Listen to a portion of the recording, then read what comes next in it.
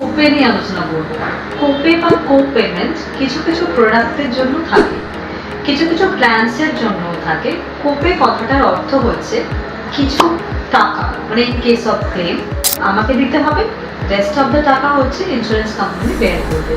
কোপে টিপিক্যালি 20 থেকে 30% মতো হয়।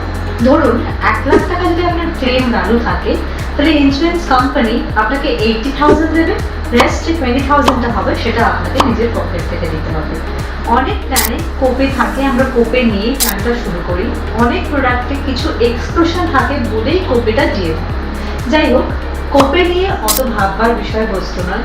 যদি মনে হয় যে কোনো কোম্পানি কোনো ধরনের প্রোডাক্ট আপনাকে দিচ্ছে না, সেক্ষেত্রে আপনি কোপেতে রাজি হয়ে সেই প্রোডাক্টটা আপনি ইজিলি নিতে পারেন।